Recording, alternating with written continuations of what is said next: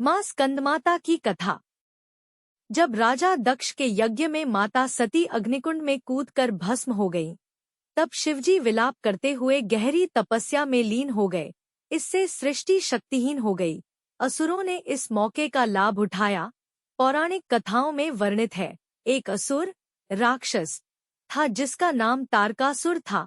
उसने अपनी कठोर तपस्या से ब्रह्मा जी को प्रसन्न कर अमर होने का वरदान मांगा। तब ब्रह्मा जी ने कहा, इस धरती पर जिसका जन्म हुआ है उसका मरना निश्चित है। कोई भी अमर नहीं हो सकता है, तुम कोई और वर मांगो। यह सुनकर तारकासुर बहुत दुखी हो गया। कुछ देर सोचने के बाद तारकासुर ने कुटिल मुस्कान के साथ कहा कि मुझे यह वरदान दीजिए कि मेरी मृत्यु भगवान शिव के पुत्र के हाथों हो।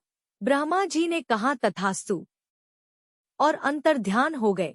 तारकासुर ने यह सोच लिया था कि भगवान शिव तो माता सती के वियोग में अनादि काल तक तपस्या में लीन रहेंगे, अतः वे तो अब विवाह करेंगे ही नहीं, और उसकी मृत्यु जो कि शंकर जी के पुत्र के हाथों होनी है, बिना शिवजी के विवाह किए उसका जन्म लेना भी संभव नहीं है। अब तारकासुर ने मान लिया कि वो अमर हो चुका है और उसका मरना असंभव है। वह बहुत ही शक्तिशाली और क्रूर था। वरदान प्राप्त होने के बाद उसने देवताओं पर अत्याचार करना शुरू कर दिया। देवतागण बहुत परेशान हो गए और उन्होंने ब्रह्मा जी से मदद मांगी। ब्रह्मा जी ने कहा, तारकासुर का अंत शिवपुत्र ही कर सकते हैं। यह सुनकर इंद्र और समस्त देवतागण भगवान शिव के पास पहुंचकर इस सृष्टि को तारकासुर से मुक्ति दिलाने का निवेदन किया। शिवजी ने सभी देवताओं को इस समस्या से मुक्त कराने का वचन दिया।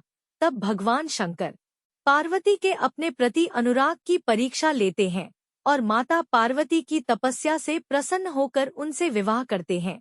विवाह के बाद शिव पार्वती के पुत्र स्कंद कार्तिकेय का जन्म हुआ। कार्तिकेय बाल अवस्था से ही बहुत वीर और शक्तिशाली थे। कार्तिकेय बाल्य अवस्था में ही युद्ध के लिए तैयार होने लगे। तब खुद माता पार्वती ने स्कंदमाता का रूप धर कार्तिकेय को युद्ध के लिए प्रशिक्षित किया था। उन्होंने ही कार्तिकेय को एक से बढ़कर एक दिव्यास्त्र प्रदान किए थे, यहाँ तक कि उनका भाला भी माता ने ही दिया था। तब उन्होंने दुष्ट असुरों का संहार शुरू कर दिया।